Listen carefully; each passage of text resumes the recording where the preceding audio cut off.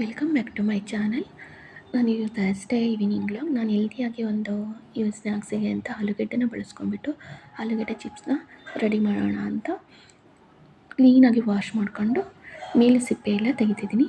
ಈ ಆಲೂಗೆಡ್ಡೆ ಒಂದು ಆರೋಗ್ಯಕರವಾದ ತರಕಾರಿ ಅಂತ ಹೇಳ್ಬೋದು. ನಾವೇನೇ ಒಂದು ತರಕಾರಿ ತರೋದಕ್ಕೆ ಹೋದರೂ ಯಾವುದೇ ಒಂದು ತರಕಾರಿ ಮಿಸ್ ಆಗಿದ್ರೂ ಆಲೂಗಡ್ಡೆ ಮಾತ್ರ ಅಲ್ಲಿ ಇದ್ದೇ ಇರುತ್ತೆ ಅಲ್ವಾ.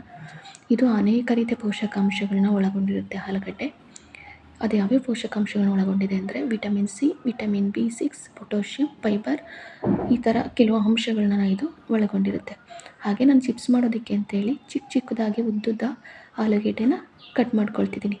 ಇದನ್ನು ರೌಂಡ್ ಶೇಪಲ್ಲೂ ಕಟ್ ಮಾಡ್ಕೋಬೋದು, ಚೆನ್ನಾಗಿರುತ್ತೆ. ಆದರೆ ಡಿಫ್ರೆಂಟಾಗಿರಲಿ ಅಂತ ಈಗ ಉದ್ದುದ್ದ ಈ ಥರ ಈ ರೀತಿಯಲ್ಲಿ ಕಟ್ ಮಾಡಿಕೊಂಡು ಚಿಪ್ಸ್ ಮಾಡ್ತಿದ್ದೀನಿ. ನನ್ನ ಮಗುನಿಗೆ ಚಿಪ್ಸ್ ಅಂದರೆ ತುಂಬ ಇಷ್ಟ.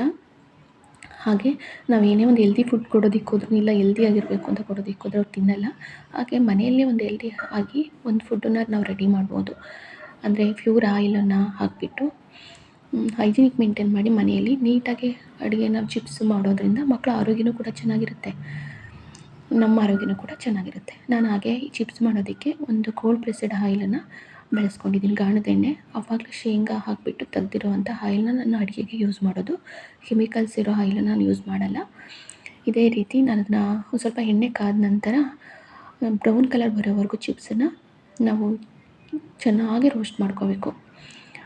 ಹಾಗಾದರೆ ಮಾತ್ರ ಅದು ಕರಿಯಾಗಿರುತ್ತೆ. ಇಲ್ಲ ಅಂತಂದರೆ ಈ ಥರ ಬ್ರೌನ್ ಕಲರಾಗಿ ಬರಬೇಕದು ನಾವು ಕರಿದ ಮೇಲೆ. ಅದು ಇಲ್ಲ ಅಂದರೆ ಮೆತ್ತಗಿರುತ್ತೆ ಚಿಪ್ಸು. ಕರಿಯಾಗಿರಬೇಕು ಅಂತ ಚೆನ್ನಾಗಿ ರೋಸ್ಟ್ ಮಾಡಿಕೊಂಡು ಒಂದು ಸೈಡಿಗೆ ಎತ್ತಿಟ್ಕೊಂಡು, ಅದಕ್ಕೆ ಅಂತ ಒಂದು ಚಿಲ್ಲಿ ಪೌಡರ್, ಸ್ಪೈಸಿಯಾಗಿರಬೇಕು ಅಂದರೆ 1 ಸ್ಪೂನ್ ಚಿಲ್ಲಿ ಪೌಡರ್ ಹಾಕ್ಕೊಂಡಿದ್ದೀನಿ. ಹಾಗೆ 1 ಸ್ಪೂನಷ್ಟು ಸಾಲ್ಟನ್ನು ಕೂಡ ಆ್ಯಡ್ ಮಾಡ್ಕೊತಿದ್ದೀನಿ. ನಮಗೆ ಸ್ವಲ್ಪ ಸ್ಪೈಸಿಯಾಗಿ ಇನ್ನೂ ಸ್ವಲ್ಪ ಬೇಕು ಅಂದರೆ ಇನ್ನೂ ಸ್ವಲ್ಪ ಚಿಲ್ಲಿ ಪೌಡರ್ನ ಆ್ಯಡ್ ಮಾಡ್ಕೋಬೋದು. ನಮಗೆ ಸ್ಪೈಸಿ ಆಗಬೇಕು, ಹಾಗಾಗಿ ನಾನು ಇನ್ನೂ ಸ್ವಲ್ಪ ಆ್ಯಡ್ ಮಾಡ್ಕೊತಿದ್ದೀನಿ.